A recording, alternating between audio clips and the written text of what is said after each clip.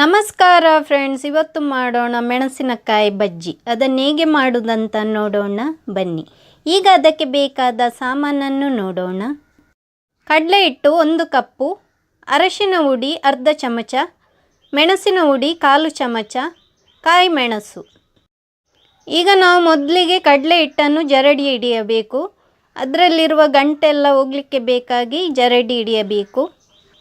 ನಾವು ಯಾವಾಗಲೂ ಬಜ್ಜಿ ಮಾಡುವಾಗ ಕಡಲೆ ಹಿಟ್ಟನ್ನು ಜರಡಿ ಹಿಡ್ದೆ ಮಾಡಿಕೊಳ್ಬೇಕು. ಈಗ ಅರಶಿನ ಪುಡಿ ಹಾಕ್ತಾ ಇದ್ದೇನೆ, ಮೆಣಸಿನ ಹುಡಿ, ಹಾಗೆಯೇ ಸ್ವಲ್ಪ ಉಪ್ಪು ರುಚಿಗೆ ಎಷ್ಟು ಬೇಕಂತ ನೋಡ್ಕೊಂಡು ಹಾಕಿದ್ರಾಯಿತು. ಈಗ ನೀರು ಹಾಕಿ ಇದನ್ನು ಚೆನ್ನಾಗಿ ಕಲಸಬೇಕು. ನಿಮಗೆ ಖಾರ ಬೇಕಿದ್ದರೆ ಮಾತ್ರ ಮೆಣಸಿನ ಹುಡಿ ಹಾಕಿದ್ರೆ ಆಯಿತು, ಇಲ್ಲದಿದ್ದರೆ ಹಾಕೋದು ಬೇಡ. ಬ್ಯಾಟರ್ ರೆಡಿಯಾಗಿದೆ. ಬ್ಯಾಟರ್ ಇಷ್ಟು ದಪ್ಪನೇ ಇರಬೇಕು. ಎಣ್ಣೆ ಚೆನ್ನಾಗಿ ಬಿಸಿಯಾದ ನಂತರವೇ ಅದಕ್ಕೆ ಮೆಣಸನ್ನು ಫ್ರೈ ಮಾಡಲು ಹಾಕ್ಕೊಳ್ಬೇಕು.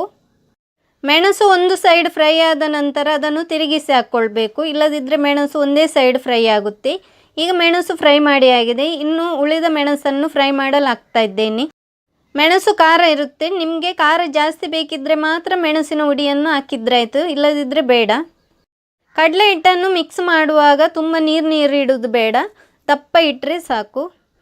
ಮೆಣಸಿನಕಾಯಿ ಬಜ್ಜಿಯನ್ನು ಹಾಗೆ ತಿನ್ನಲಿಕ್ಕೂ ಚೆನ್ನಾಗಿರುತ್ತೆ, ಇಲ್ಲದಿದ್ದರೆ ಅನ್ನದೊಟ್ಟಿಗೆ ತಿನ್ನಲಿಕ್ಕೂ ಚೆನ್ನಾಗಿರುತ್ತೆ.